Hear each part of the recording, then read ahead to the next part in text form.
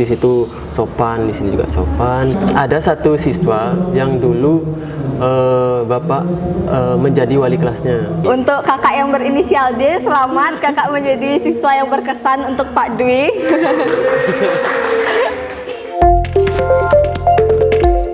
Lensa Podcast, layar edukasi dan informasi SMP Negeri 1 Kuta Utara. Halo Sobat Lensa, selamat datang di Lensa Podcast, layar edukasi dan informasi SMP Negeri 1 Kuta Utara. Pada tanggal 2 Februari kemarin, kita ada upload informasi di Instagram mengenai akan diadakannya kolaborasi antara tim jurnalistik Sakura dan perpustakaan Widya Gerha Sakura yang akan menampilkan podcast perdananya.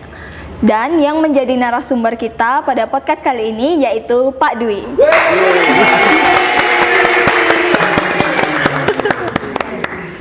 Selamat pagi Pak Dwi. Ya, pagi. Apa kabar? Baik.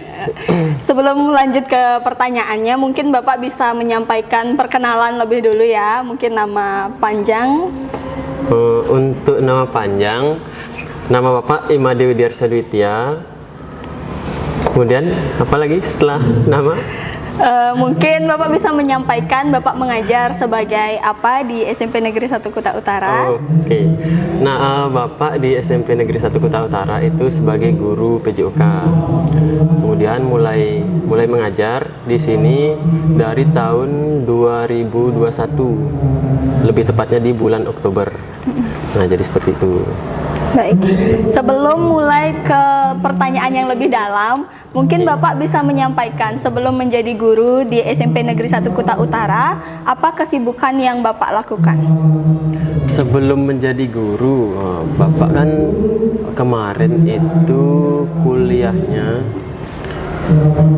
itu di Jogja, di luar Bali. Bapak merantau dulu, setelah tamat SMA Bapak ke Jogja, kemudian di Jogja Bapak menempuh S1 yang memang menjurus menjadi guru olahraga. Kemudian setelah S1 Bapak juga mendalami lanjut ke S2 sama di kampus yang sama. Kemudian pada saat lulus S2 Bapak itu kan lulusnya tahun 2020. Nah, lulus tahun 2020, kemudian 2021 langsung ke SMP Negeri 1 Kuta Utara. Jadi seperti itu. Oke. Setelah itu, apakah ada hal-hal favorit Bapak seperti makanan atau hobi mungkin? Kalau berbicara hobi Bapak olahraga tentunya. Hobi Bapak olahraga, terus selain olahraga, kalau makanan favorit Bapak apa ya? Ayam bakar. Ayam bakar. Oke. Maria biasa aja, Maria. Okay. Setelah itu ke pertanyaan yang agak lebih dalam sedikit, yang banyak sekali dipertanyakan oleh siswa-siswi di SMP Negeri 1 Kuta Utara tentunya, yaitu mengenai status Bapak. Mungkin bisa dijelaskan sedikit mengenai status Bapak saat ini. Status apa ya? Status apakah masih single atau double? Sudah? Waduh. Untuk status Bapak masih single, kemudian belum menikah. belum ini cincin aja nggak ada kan.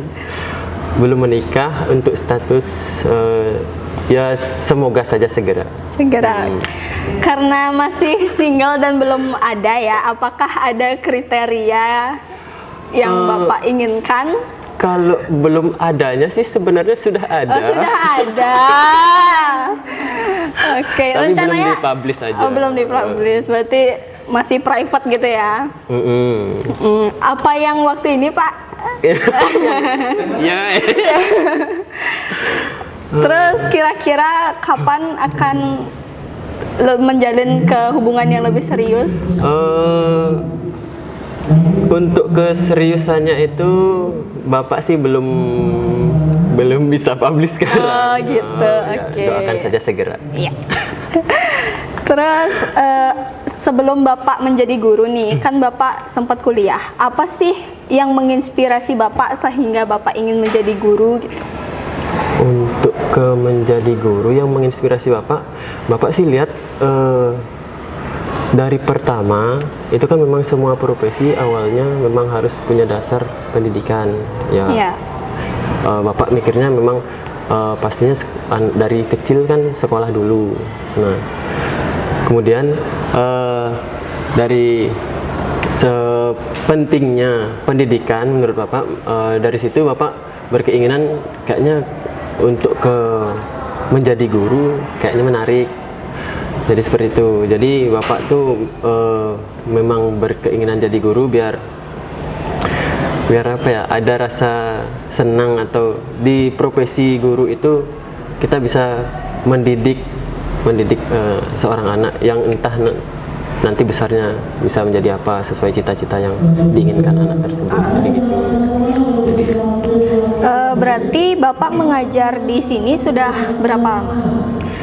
Dari 2021 berarti kisaran 3 tahun. 3 tahun. Sekarang 2024 ya.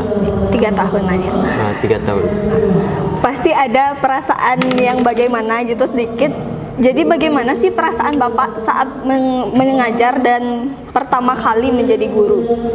Untuk pengalaman mengajar pertama kali, Bapak pertama tentunya kan pasti tegang tuh. Yang Bapak takutkan itu di depan anak-anak kayak ngeblank gitu loh, kemudian nggak tahu apa yang mau disampaikan gitu. Itu yang pertama yang memang Bapak takutkan dari dulu. Tapi seiring berjalannya waktu, Bapak kemudian memang harus latihan.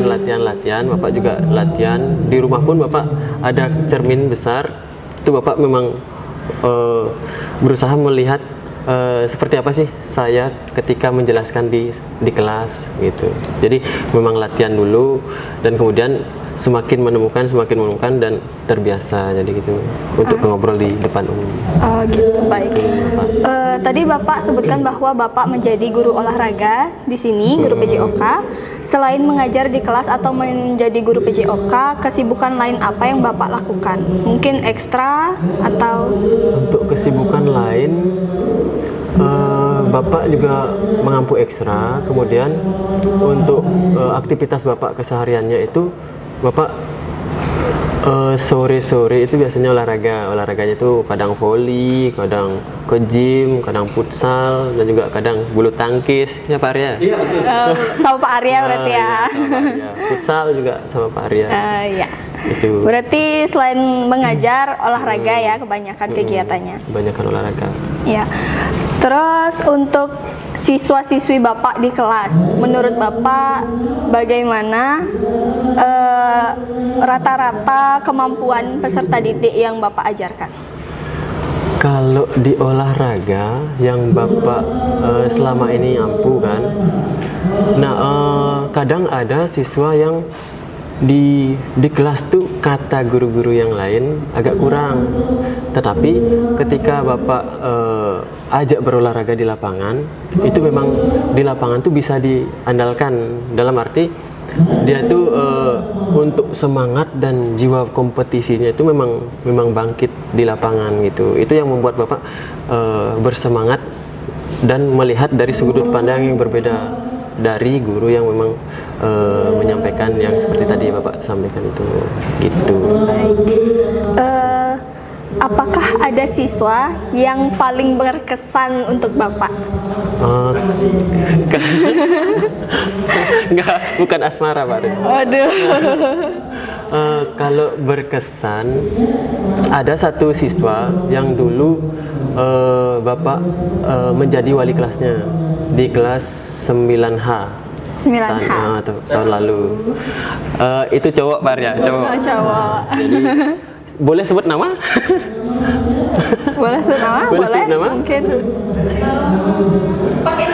Inisial. Inisialnya D. D.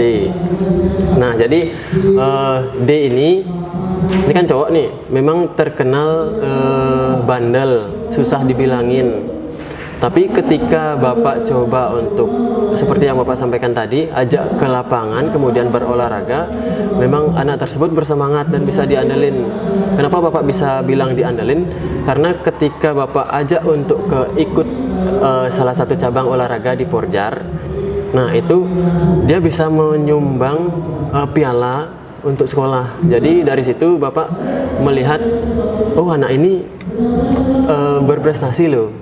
Yang katanya bandel, yang katanya bandel nggak bisa dibilangin, itu ternyata pada saat Bapak ajak untuk ke salah satu cabang olahraga, itu ternyata bisa berprestasi. Ya Bapak rasakan bisa dibilang berprestasi lah ketika dia bisa menyumbang piala ke sekolah, jadi seperti itu. Itu sih dari situ juga Bapak melihat memang anak tersebut ya ada yang sisi ini loh yang perlu kita perhatikan, jadi gitu. Ya Bapak juga ingin mengembangkan lagi. Kemudian selain itu, selain Bapak ajak ke lapangan, anak tersebut si D ini juga ketika ada salah satu teman akrabnya itu berkompetisi pada saat Porjar, dia ikut menjadi supporter. Nah, supporter itu kan Bapak rasa memang ada satu pemain di Porjar itu, tapi yang memang tidak di lapangan, tapi dia di luar lapangan gitu. Jadi untuk supporter itu dia juga bisa mempengaruhi teman-temannya, mengajak teman-temannya untuk mensupport cabang olahraga tersebut, yang tentunya memang cabang tersebut membawa nama sekolah. Jadi kan menurut Bapak ya memang dia peduli dengan temannya dan mendukung nama sekolahnya, jadi gitu.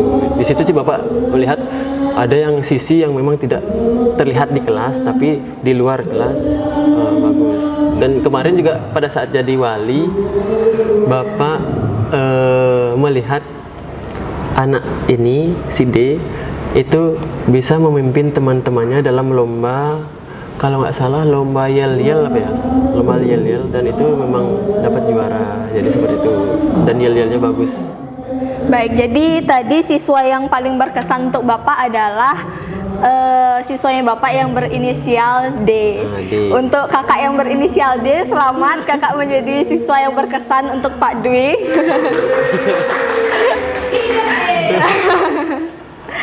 Setelah itu, ada nggak sih Pak hal unik yang Bapak alami saat Bapak mengajar? Hal unik pada saat mengajar, kalau dulu pada saat Bapak kan sempat PPL tuh di Jogja. Nah, pada saat PPL, hal unik menurut Bapak pada saat Bapak membariskan siswa kan, pada saat berbaris, nah di situ semua memang berjalan sesuai apa yang Bapak rencanakan. Nah, pada saat pengarahan ada yang namanya persepsi, itu ada teman Bapak yang mengambil dokumentasi. Ya memang kan untuk laporan PPL, laporan dokumentasi itu kan penting. Nah, kemudian setelah mengajar seperti biasa, pas Bapak minta hasil dokumentasi, ternyata di situ, di foto itu ada siswa Bapak yang di belakang dari duduk-duduk. Jadi pada saat berbaris itu memang nggak kelihatan, kan ketutup sama teman-temannya yang lain. Kemudian pada saat itu Bapak lihat, kok sampai ada yang duduk dan Bapak nggak tahu. Itu menurut Bapak dari lihat gambar itu, ternyata apa yang kita lihat di depan itu memang kita harus perhatikan juga untuk sampai ke belakang. Itu sih menurut Bapak kayak, padahal kalau semisalnya siswa tersebut dibilang capek, itu pelajaran belum mulai loh. Belum mulai, berarti masih awal ya? Masih awal. Nah, itu kan dia kok duduk-duduk di belakang gitu. Di situ Bapak lihat, kok kayak gini. Nah, di situ jadi Bapak pun jadi belajar. Jadi usahakan ketika menyampaikan itu, Bapak kan belajarnya di situ menyampaikan, pada saat menyampaikan arahan, jadi pastikan memperhatikan siswa. Jadi seperti itu. Itu sih, dari situ Bapak jadinya belajar. Itu menurut Bapak. Tadi kan Bapak sebutkan bahwa Bapak ada PPL di Jogja ya. Apakah ada perbedaan karakter antara siswa di Jogja dan siswa di Bali yang Bapak rasakan? Kalau di Jogja sama di Bali, untuk karakternya tentunya berbeda. Di Jogja itu kan Bapak ngajarnya dekat sama lereng Gunung Merapi. Nah, di situ Bapak lihat sekitar sekolah itu kan memang dominan pekerjaan dari orang tuanya itu petani yang kemudian yang punya kebun gitu kan. Kemudian yang aktivitas anak-anaknya itu kesehariannya membantu orang tuanya bekerja. Nah, itu. Nah, ketika di pelajaran, ketika Bapak berikan permainan, kemudian Bapak modifikasi permainannya dengan halaman yang telah disediakan sekolah, ketika Bapak lihat di situ, memang anak tersebut memang sangat antusias untuk mengikuti permainan yang Bapak berikan. Kayak misalnya, padahal di situ waktu mengajar itu kan jam 10 ke atas ya. Panas-panasnya ya Pak ya. Panas-panas. Memang untuk kesehatan kan memang agak kurang tuh menurut Bapak untuk jam segitu. Tapi memang harus tersampaikan kan pembelajaran. Jadi Bapak ajak di lapangan, Bapak pikir kan mereka akan dominan berteduh. Kemudian, enggak Pak, panas. Nah, di pikiran Bapak seperti itu. Ternyata setelah Bapak kasih permainan, mereka sangat-sangat antusias pada saat itu. Jadi di situ pun Bapak bersemangat untuk mengajar ketika anak-anak seperti itu. Jadi banyak sih yang bilang setelah PPL itu kan Bapak video call ke rumah, kemudian disampaikan, ditanya sama orang tua di rumah, kok sekarang eksotis? Hitam diperhaluskan, kok sekarang eksotis sekali ya Bu, ini berjemur terus di lapangan. Nah, jadi seperti itu. Nah, di situ Bapak ya dapat pengalaman itu jadi mereka di situ tidak takut panas. Nah, jadi ya mungkin bedanya di situ. Kemudian untuk ke karakter yang lain perbedaannya tidak ada yang begitu jauh sih, untuk perbedaannya sama. Kemudian di situ sopan, di sini juga sopan. Kemudian untuk kecerdasan, keaktifan itu kan menurut Bapak ya semua punya keunikannya masing-masing. Nah, jadi seperti itu. Berarti tidak ada perbedaan yang jauh banget gitu ya Pak ya? Hampir sama. Tadi Bapak ada sebutkan kalau Bapak mengajar di ekstrakurikuler voli, tidak salah tadi ya.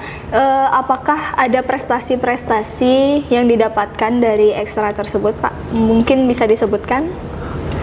Untuk prestasi di voli dari Bapak mengampu kan? Iya. Nah, kemarin itu tahun lalu Bapak sempat memperoleh bukan Bapak sih, kami kami sempat memperoleh juara kedua di event SMK Prada. Ya, juara 2. Kalau nggak salah kemarin kalah sama sekolah sebelah. Iya.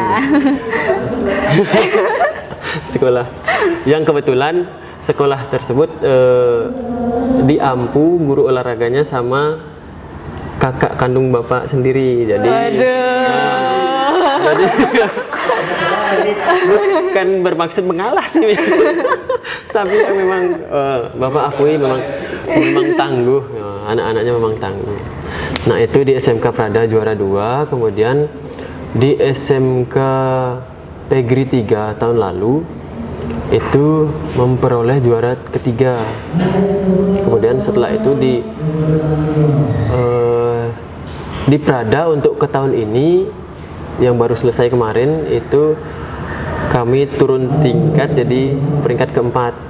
Nah, gitu. Karena memang kemampuan kan berbeda-beda. Jadi yang tahun lalu itu memang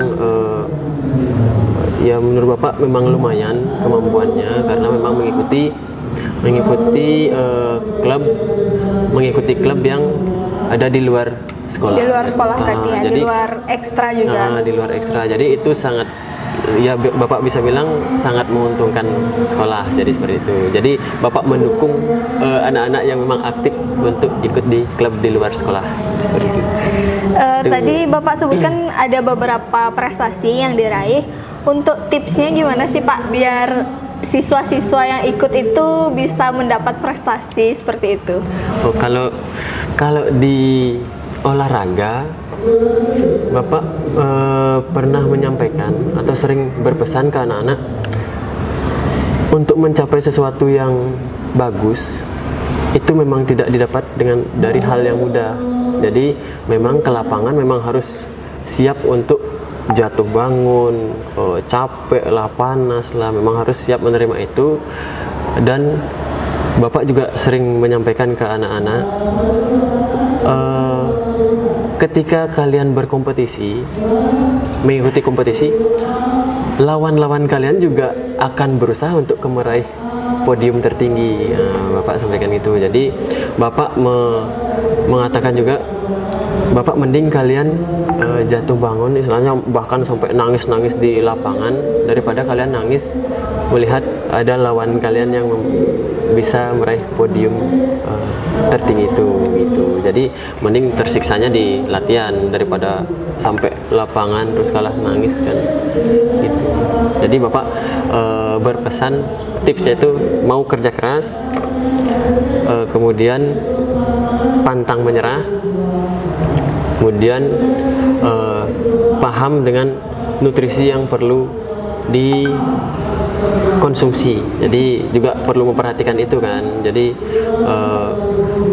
harus ada support dari nutrisinya itu gitu. Teman-teman yang mau ikut lomba, ini ada tips juga ya dari Pak Dwi yang baru. Setelah itu Pak, apa pengalaman suka dan duka yang paling berkesan selama menjadi guru? Menjadi guru, dukanya dulu apa sukanya dulu? Mungkin boleh dukanya dulu. Oh, dukanya itu pengalaman jadi guru.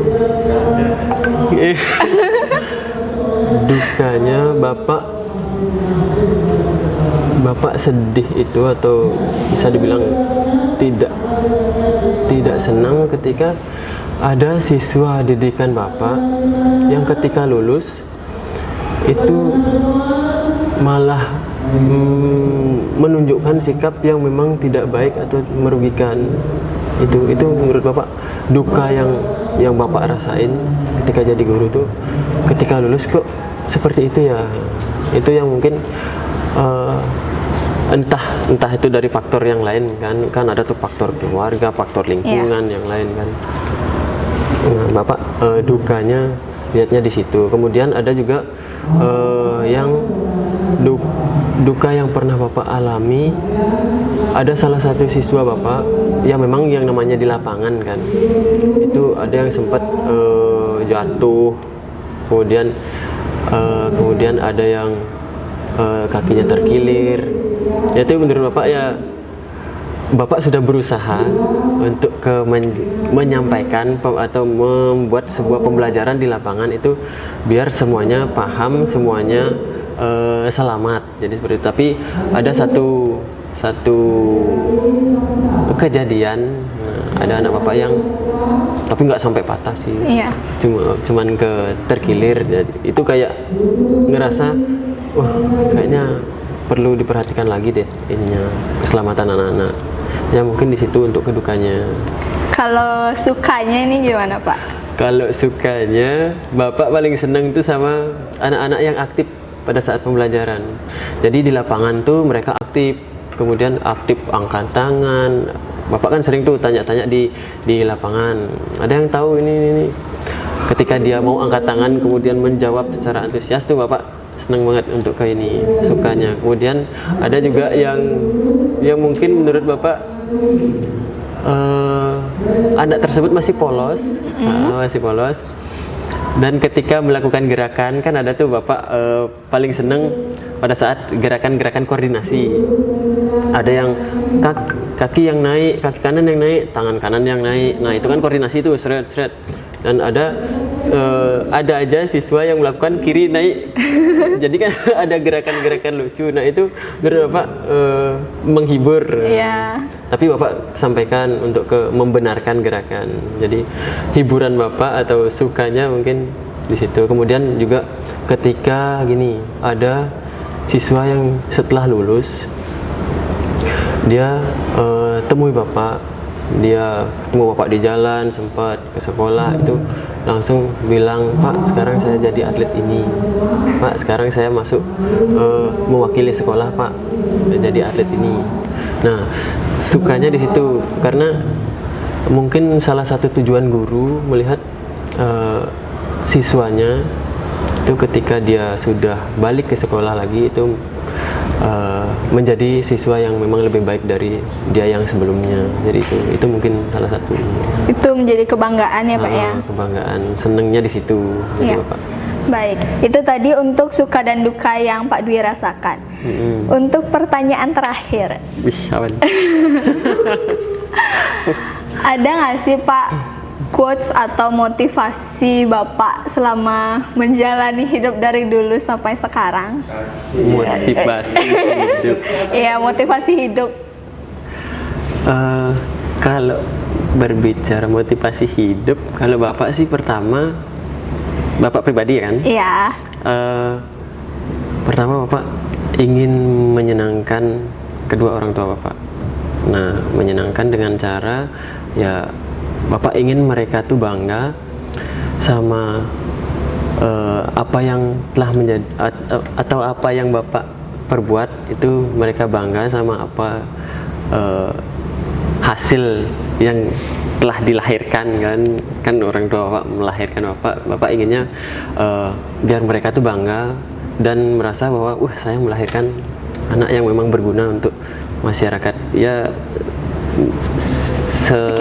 sekitar atau ya mungkin kalau memungkinkan kan bisa lebih besar lagi itu.